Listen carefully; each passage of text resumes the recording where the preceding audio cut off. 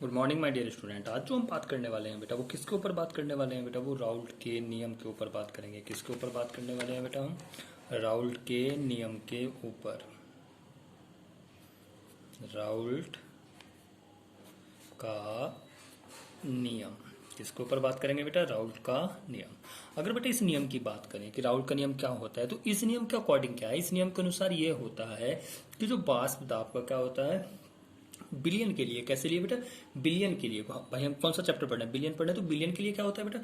जो वाष्प दाब का अपेक्षिक अवनमन होता है वो विलय के मोल प्रभाज के क्या होता है? बराबर होता है। तो आप क्या लिखेंगे इस नियम के अनुसार?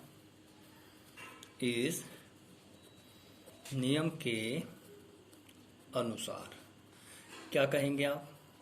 क्या कि वाष्प दाब का अपेक्षिक अवनमन, वाष्प दाब का आपेक्षिक अवनमन, वाष्प दाब का आपेक्षिक अवनमन विलय के मोल प्रभाज के, विलय के मोल प्रभाज के क्या होता है बेटा?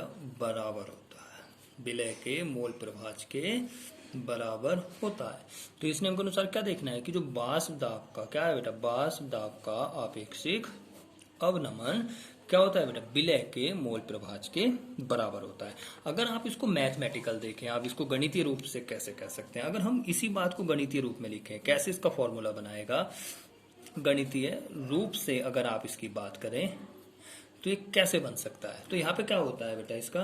P not minus P S upon P not बराबर N upon N plus N.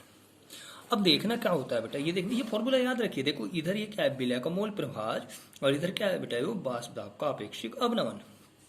तो आप इसे कैसे कह सकते हैं? देखो अगर आप बात करते हैं सिर्फ ऊपर ऊपर वाले की, किसकी? P not minus P S.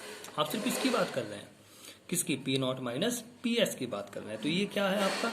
ये आपका वाष्प दाब का अवनमन है। ये क्या है बेटा? आपका वाष्प दाब का अवनमन है। लेकिन अगर आप P not minus P S upon P not की बात करें तो ये क्या है बेटा? ये आपका वाष्प दाब का आपेक्षिक अवनमन है। क्या है बेटा? वाष्प दाब का ये पूरा क्या है? आपेक्षिक अवनमन है। ये बात याद रखिए। अब बात करते हैं हम इसमें और क्या है, स्मॉल एन कैपिटल एन। तो अगर हम स्मॉल एन की बात करें तो ये क्या है बेटा? ये विलय के मोलों की संख्या है, विलय के मोलों की संख्या है। और बेटा अगर हम कैपिटल एन की बात करें तो ये क्या है बेटा? ये विलायक के मोलों की संख्या है, विलायक के मोलों की संख्या है। तो राउल्ट के नियम में आपको ये बात याद रखनी, क्या है राउल्ट का नियम? कि इस नियम के अनुसार वाष्प दाब का अपेक्षिक अवनमन विलय के मोल प्रभाज के क्या होता है? बराबर होता है। गणितीय रूप से बात करें तो P not minus P S upon P not बराबर क्या होता है बेटा? N upon N plus N.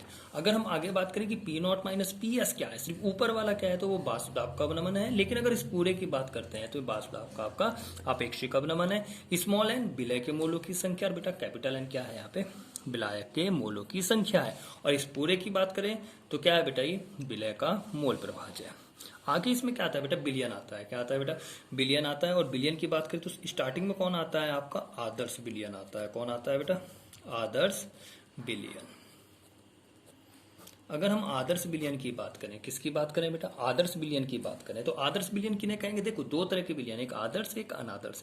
हमने राउल्ट का नियम क्यों पढ़ा है? वो इसलिए पढ़ा है क्योंकि राउल्ट का नियम पढ़ने के बाद ही आप आदर्श बिलियन और अनादर्श बिलियन को पढ़ सकते हैं। आदर्श बिलियन कैसे होते हैं बेटा? ऐसे बिलियन जो सभी ताप एवं दाब पर, ऐसे बिलियन जो सभी ताप एवं दाब पर राउल्ट के नियम का पालन करें।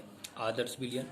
ऐसे बिलियन जो सभी ताप एवं दाब पर राउल्ट के नियम का पालन नहीं करते हैं, अनादर्श विलियन।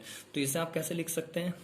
ऐसे विलियन जो सभी ताप एवं दाब पर राउल्ट के नियम का पालन नहीं करते हैं, राउल्ट के नियम का पालन नहीं करते हैं, आदर्श विलियन कहलाते हैं। क्या कहलाते हैं बेटा, आदर्श विलयन कहलाते हैं।